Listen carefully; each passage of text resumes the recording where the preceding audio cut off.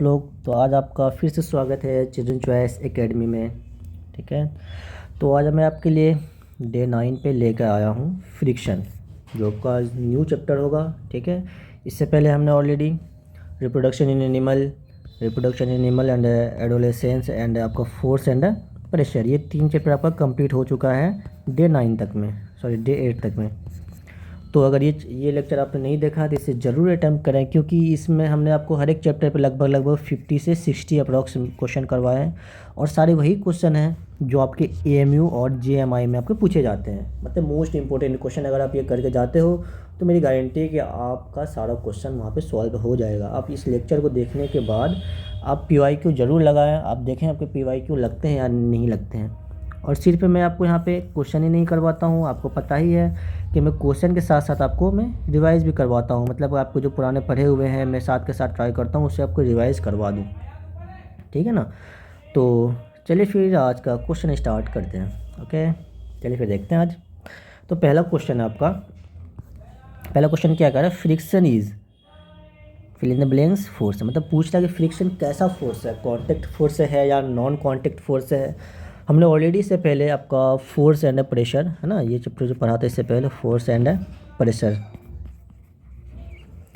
इसमें already discuss किया था कि आपका जो फ्रिक्शन है, फ्रिक्शन कैसा फोर्स है आपका, बताइए।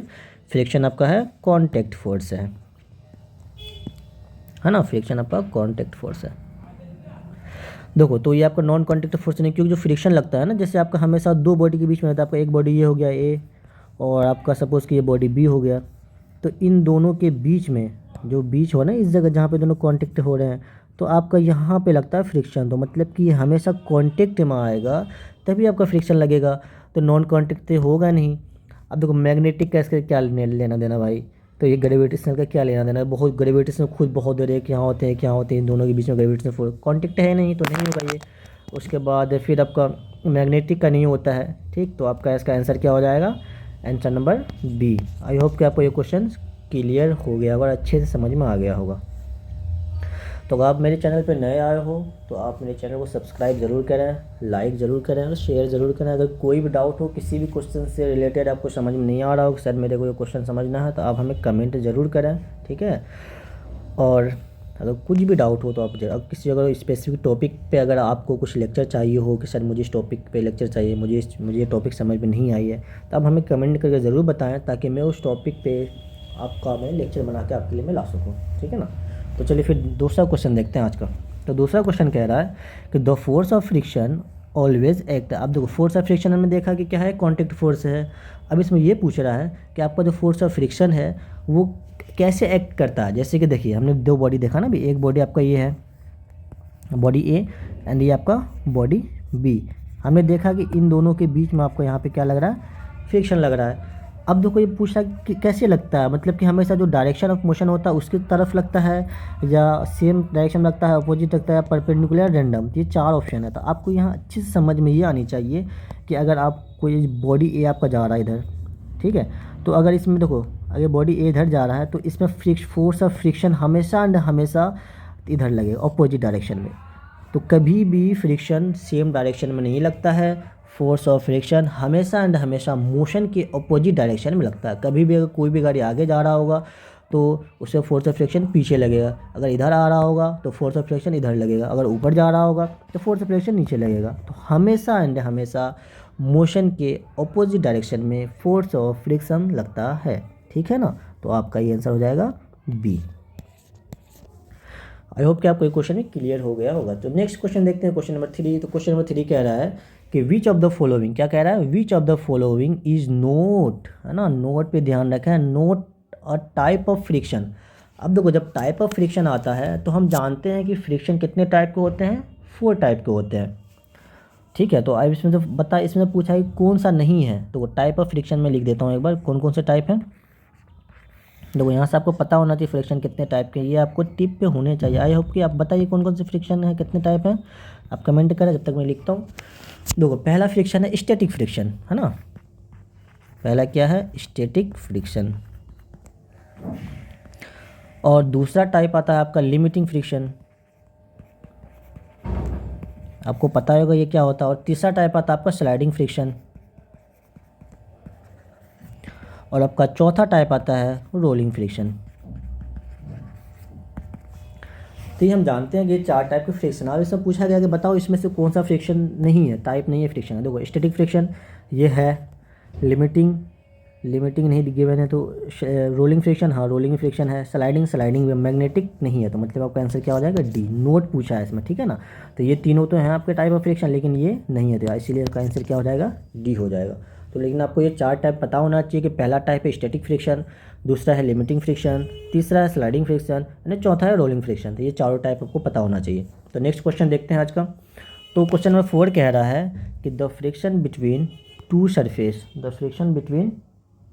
Surface in contact but at rest is called. आप ये पूछता है कि बताओ फ्रिक्शन का टाइप बताओ, कौन ऐसा फ्रिक्शन का, हमने 4 टाइप जो पढ़ा तो उसमें पूछ रहा है कि फ्रिक्शन का वो टाइप बताओ, ठीक है। जैसे एक बॉडी ये है, दूसरा बॉडी ये है, ठीक। तो जब ये दोनों बॉडी क्या आपस में रेस्ट में हो, तो ये पूछा कि जब बॉडी रेस्ट में होता है तो उस वक्त कौन सा फ्रिक्शन लगता है इन दोनों के बीच में। अब मोशन का हमने देखा, तो अब पूछा कि जब बॉडी दोनों रेस्ट में हो तो कौन सा फ्रिक्शन लगता है। तो आप चारों टाइप में से कोई एक टाइप आएगा, तो बताइए कौन सा होगा। तो इसका होता है आपका स्टैटिक फ्रिक्शन।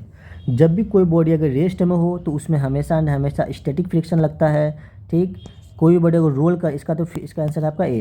तो अगर कोई बॉडी अगर रोल हो रहा मतलब कि घूम रहा हो तो इसमें लगता है रोलिंग फ्रिक्शन। और स्लाइडिंग फ्रिक्शन अगर इसके ऊपर, जैसे ये आपका ये रेस्ट में होता है ना, और ये आपका रोल कर रहा होता। चलो मैं आपको दूसरा डायग्राम में बनाता हूँ इस चीज़ को। तो आपको सपोज देखो ये ए बॉडी है और ये आपका बॉडी बी है। तो सपोज मैं कर लेता ये आपका क्या था, ये आपका रेस्ट में होता और ये बॉडी नंबर बी आपका मोशन करता। तो एक रेस्ट दूसरा मोशन, तो इसके ऊपर मोशन कर रहा है ना, तो जब एक मतलब रेस्ट के ऊपर दूसरा बॉडी मोशन करता होता उस वक्त हमारा लगता है स्लाइडिंग फ्रिक्शन। और काइनेटिक फ्रिक्शन क्या होता है, जब आपका मोशन करना जस्ट स्टार्ट करना होता है, मतलब है ना स्टार्ट करता हो तो उस वक्त आपका होता है काइनेटिक फ्रिक्शन। तो आपको इसका इस आंसर का मतलब 4 का आपका आंसर है ए। तो चलिए आप देखते हैं क्वेश्चन नंबर 5 क्या कह रहा है। 5 कह रहा है कि the friction when an body moving है। देखो यही कॉन्सेप्ट अभी हमने समझा कि moving over another surface. Moving another over surface हमने क्या देखा कि जैसे आपका इसका देखो क्या है कि आपका ये एक बॉडी है ये बॉडी आपका क्या है रेस्ट में है, और दूसरा बॉडी एक आ रहा सपोज ए बी। तो ये मोशन कर रहा है, इधर जा रहा है, तो ये यहाँ से आ गया आपका सपोज यहाँ पे आ गया, बॉडी भी इधर आ गया, तो ये क्या ये आपका मोशन में है। क्या बोल रहा है कि द फ्रिक्शन व्हेन, पूछा बताओ कौन सा फ्रिक्शन है जब एन ऑब्जेक्ट इज मूविंग, कोई भी ऑब्जेक्ट मूव कर रहा है अनदर सरफेस पर इज कॉल्ड। किसी मतलब सरफेस है, इसको सरफेस मान लो रेस्ट बॉडी मान लो, तो बात एक ही है। तो जब मूव करता है किसी रेस्ट बॉडी पे तो उसको कौन सा फ्रिक्शन इन दोनों के बीच में है ना, इन दोनों के बीच में यहाँ पे, तो यहाँ पे कौन सा फ्रिक्शन लगेगा। सिंपल सा क्वेश्चन है, तो ऑलरेडी हमने डिस्कस कर रखा, तो कौन सा लगेगा स्लाइडिंग फ्रिक्शन। इसका आंसर क्या हो जाएगा आपका, इसका आंसर हो जाएगा बी। अब देखते हैं फैक्टर इफेक्टिव फ्रिक्शन। अब कौन कौन सा फैक्टर इफेक्ट करता है। फैक्टर बेस्ड पे 5 क्वेश्चन आपका लाया हूँ मैं। तो इसमें पहला क्वेश्चन आपका फ्रिक्शन डिपेंड ऑन। अब पूछा सिंपल सा क्वेश्चन कि फ्रिक्शन किस पे डिपेंड करता है। तो इस चीज़ को सबसे पहले हम थोड़ा सा आपका क्लियर कर देखते हैं। बताओ फ्रिक्शन किस किस चीज़ पे डिपेंड करता है, बताओ किस किस पे डिपेंड करता है। तो देखो कलर ऑफ द सरफेस, भाई कलर से इसका क्या लेना देना, कलर पे कभी भी आपका फ्रिक्शन डिपेंड नहीं करेगा। मास से भी कोई लेना देना नहीं होता है। Roughness of the surface, shape of the surface, shape से भी कुछ लेना देना नहीं है। तो आपका जो फ्रिक्शन डिपेंड करता है वो किस पे डिपेंड करता है, रफनेस ऑफ द सरफेस। जैसे कि एक बॉडी आपका ये है, बॉडी ए, बॉडी बी आपका ये है, ठीक है। इसके अंदर देखो रफनेस बहुत कम है, इसका फ्रिक्शन कम लगेगा। लेकिन आपका दूसरा डायग्राम में अगर यहाँ पे बना दूँ तो अगर देखो इसको कुछ ऐसा कर दूँ और एक इसके ऊपर एक डायग्राम और बना दो, एक बॉडी और बना दो, ये भी आपका कुछ ऐसा रफ हो, तो इन दोनों के बीच में जितना फ्रिक्शन हो ना, इन दोनों के बीच में ये जो है गैप, तो ये अच्छे से फिट होगा। तो इसके अंदर फ्रिक्शन ज़्यादा लगेगा और इसके अंदर फ्रिक्शन बहुत कम अमाउंट में लगेगा। तो आपका जो फ्रिक्शन डिपेंड करता है वह रफनेस ऑफ द बॉडी पे डिपेंड करता है। आपको ये पता होना चाहिए अच्छे तरीके से, है ना। तो चलिए अब नेक्स्ट क्वेश्चन देखते हैं। आई होप कि आपको ये समझ में आ गया होगा। नहीं तो आप देखो इसमें ना ये समझ सकते हो मास पे नहीं है। देखो इसमें एक कॉन्सेप्ट मैं आपको समझा ही देता हूँ अभी। तो पहला देखो किस पे डिपेंड करता है। एक तो होता है कि नेचर ऑफ द कॉन्टेक्ट।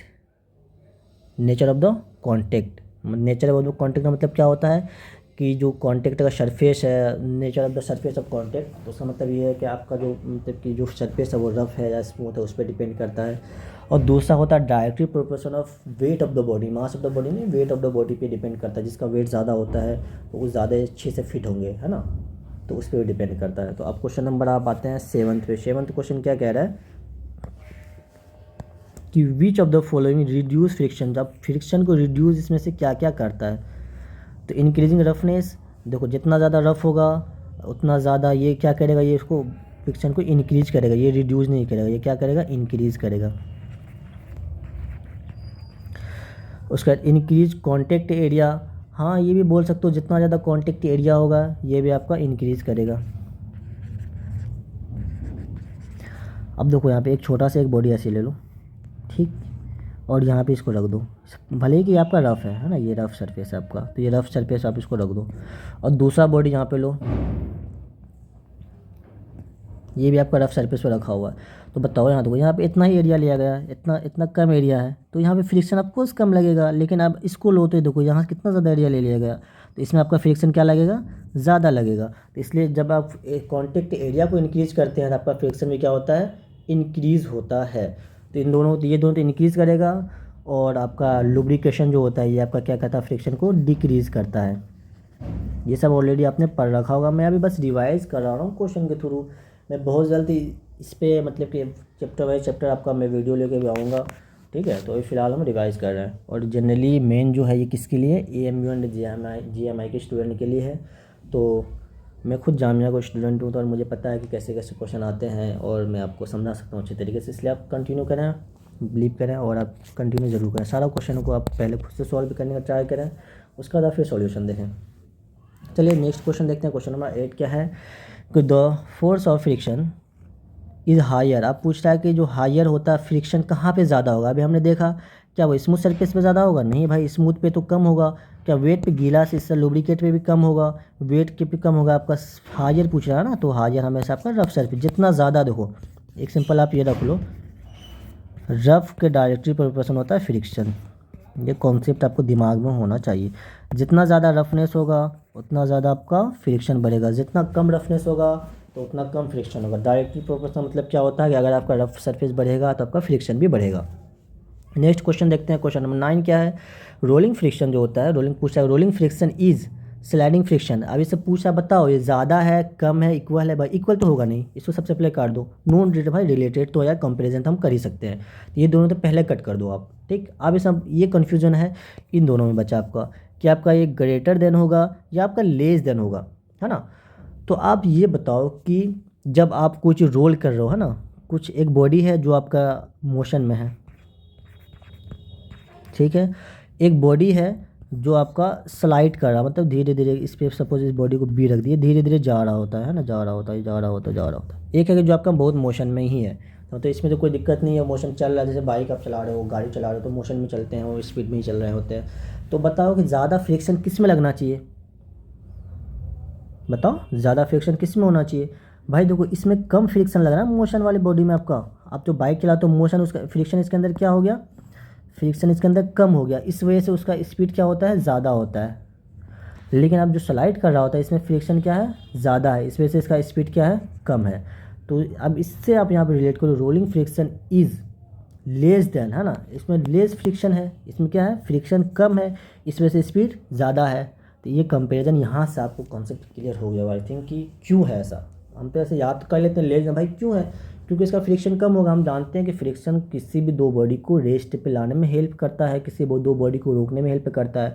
तो अगर यहाँ पे इसमें फ्रिक्शन कम होगा, इस वजह से ये ज़्यादा फास्ट चलेगा। और स्लाइडिंग फ्रिक्शन होता है, स्लाइड करता धीरे धीरे, सिर्फ फास्ट स्लाइड नहीं करता। जैसे कि यहाँ ये आपका ये बॉडी है, मैं इसे अब यहाँ पे लेकर आऊँ, एक तो मैं इसको बहुत फास्ट लेकर आऊँ, एक है ये आराम आराम से जा रहा, भाई साहब जा रहा, धीरे धीरे जा रहा है, तो ऑफकोर्स यहाँ पे फ्रिक्शन ज़्यादा होगा, इस वजह से धीरे धीरे जा रहा है। एक और डायरेक्ट चला गया तो फ्रिक्शन कम है। तो मतलब ये आपका रोलिंग का एग्जांपल ले लो और ये आपका स्लाइडिंग का ले लो। तो ये फास्ट गया तो फ्रिक्शन कम था इसलिए फास्ट मूव कर गया, और यहाँ फ्रिक्शन ज़्यादा था इसलिए स्लो मूव किया। तो क्वेश्चन नंबर 10 देखते हैं कि ball bearing are use to. अब जो बॉल बेरिंग होता है ना, हम जानते हैं कि व्हील्स वगैरह में बॉल बेरिंग होते हैं, तो वो क्यों यूज़ किया जाता है? रिड्यूस टू, आप कौन सा फ्रिक्शन को रिड्यूस करने के लिए, क्या स्टैटिक फ्रिक्शन, रोलिंग फ्रिक्शन है, फ्लूइड? फ्लूइड को तो हटा ही दो, फ्रिक्शन की बात हुई तो ये तीनों में से कोई एक ऑप्शन होगा। देखो स्टैटिक फ्रिक्शन क्या होता है कि आपका रुका हुआ, तो रुके हुए चीज़ों को रिड्यूस करने के लिए हम नहीं यूज़ करते हैं। रोलिंग फ्रिक्शन भाई चल रहा बहुत फास्ट है, तो आपका स्लाइडिंग फ्रिक्शन को रिड्यूस करने के लिए यूज़ करते हैं रोलिंग फ्रिक्शन। ये आपको याद होना चाहिए। अब देखो एप्लीकेशन क्या है, फ्रिक्शन से हमें क्या क्या हेल्प होता है, हमें क्या उससे एडवांटेज उसका सिंपली जान लेते हैं। एडवांटेज पे कुछ क्वेश्चन लाए हैं आपका, 5 क्वेश्चन इस पे है। तो पहला क्वेश्चन कह रहा है आपका कि फ्रिक्शन हेल्प अस, तो फ्रिक्शन होता है वो हमें कैसे हेल्प करता है? फ्रिक्शन हेल्प अस है ना, कैसे हेल्प करता है? क्या हमें वॉक करने में हेल्प करता है, फॉल इजीली या फ्लोट इन एयर, फ्लाई? उड़ने में तो भाई फ्रिक्शन का क्या ही काम, हवा में उड़ रहा हो आप, कोई कॉन्टेक्ट। देखो फ्रिक्शन कभी भी, फ्रिक्शन का सिंपल जान लो। देखो एक कॉन्सेप्ट यहाँ से याद कर लो आप कि फ्रिक्शन हमेशा एंड हमेशा दो कांटेक्ट के बीच में लगे, है ना। ठीक, तो पहला आपको ये पता होना चाहिए फ्रिक्शन हमेशा एंड हमेशा कहाँ लगेगा? कांटेक्ट बॉडी के बीच में लगेगा, कांटेक्ट बॉडी। और दूसरा चीज़ ये जान लो सिंपल, देखो बहुत आसान, 2 लाइन में मतलब 2 वर्ड में आपका फ्रिक्शन कंप्लीट करता हूँ मैं। तो फ्रिक्शन हमेशा कांटेक्ट बॉडी में लगेगा, और फ्रिक्शन जो होता है वो डायरेक्टली प्रोपोर्शनल होता है रफ सरफेस, रफनेस। ठीक, अब बताओ फ्रिक्शन ने पूछ रहा है कि हेल्प अस। देखो अगर आप फ्लोट कर रहे हो इन एयर, तो भाई एयर में क्या आप कांटेक्ट में जा रहे हो किसी दूसरे बॉडी के? नहीं ना, तो ये होगा। फ्लाई कर रहे हो तो कांटेक्ट में जा रहे हो? नहीं, ये भी कट कर दो। फॉल इजीली, अब देखो इजीली फॉल आप कब गिरते हो? मतलब कि आप कहीं पे चल रहे होगे, तो ठीक है ये आपका बहुत स्मूथ सरफेस है, यहाँ पे ऑयली सरफेस है सपोज कि, मतलब पूरा स्मूथ सरफेस है, आपको यहाँ पे गिरने का ज़्यादा संभावना होगा, या कुछ ऐसा सरफेस है यहाँ पे ज़्यादा गिरने का संभावना होगा? ये ए और ये आपका बी, बताओ तो कहाँ पे गिरोगे जल्दी? तो आपको गिरने का संभावना ए पे होगा। तो यहाँ पे ए पे क्यों गिरे? क्योंकि ये जो सरफेस है क्या है, स्मूथ है फुल, और ये कैसा है? रफ़ है। तो रफ़ है तो मतलब कि ये इसमें फ्रिक्शन ज़्यादा है, फ्रिक्शन ज़्यादा है तो मतलब कि आप यहाँ पे इजीली वॉक कर सकते हो, गिरोगे नहीं। तो आपका आंसर क्या हो जाएगा? वॉक। अब देखो क्वेश्चन नंबर 12 क्या है? The soles of the shoe are made rough too. अब सिंपल इसका तो आई थिंक आपको अब समझ में आ गया होगा फ्रिक्शन इतना कि आप इसका आंसर बताओ क्या हो जाएगा। 12 का आंसर जल्दी बताओ जल्दी। क्यों करते हैं हम सो, तो होता है सोल्स, उसको हम soles of the shoe made of rough, जो सोल्स होता है उसको रफ क्यों बनाते हैं भाई? रफ हमेशा रफ मतलब इंक्रीज फ्रिक्शन, तो रफनेस हमेशा फ्रिक्शन क्या करता है? इंक्रीज करता है। स्टाइलिश से क्या लेना देना भाई? रिड्यूस वेट से क्या मतलब है हमें, और रिड्यूस फ्रिक्शन, इन दोनों में कन्फ्यूजन आपको हो सकता है, लेकिन इसमें भी आपको हमने कॉन्सेप्ट क्लियर कर दिया। Friction is equal to rough surface, मतलब रफ ज़्यादा फ्रिक्शन ज़्यादा, फ्रिक्शन ज़्यादा रफ ज़्यादा, तो आंसर बी हो जाएगा। तो क्वेश्चन नंबर 13 देखते हैं क्या कह रहा है कि friction between brake pad and wheel, तो इन दोनों के बीच में फ्रिक्शन क्या चीज़ हमें हेल्प करता है ना? Friction between the brake pads and wheels help to, तो बताओ इसका भी आई अब देखो इतना कॉन्सेप्ट होगा क्लियर हो गया था, आपको पता ये होना चाहिए क्या करता है भाई? ऑफकोर्स रिड्यूस करने के लिए कम करेगा स्पीड को, लुब्रिकेशन में से क्या इंक्रीज हीट, हाँ करता है, लेकिन आपका जो इसमें मेन आंसर होगा आपका बी हो जाएगा।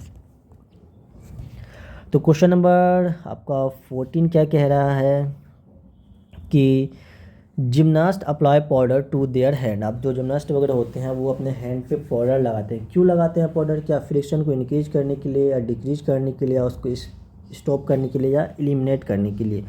तो इसमें क्यों लगाते हैं वो? ताकि आपका फ्रिक्शन उसके बॉडी क्या हो जाए, उसके हैंड क्या हो जाए, इंक्रीज़ हो जाए। फ्रिक्शन इंक्रीज़ होगा तो अब क्या क्या होगा बताओ?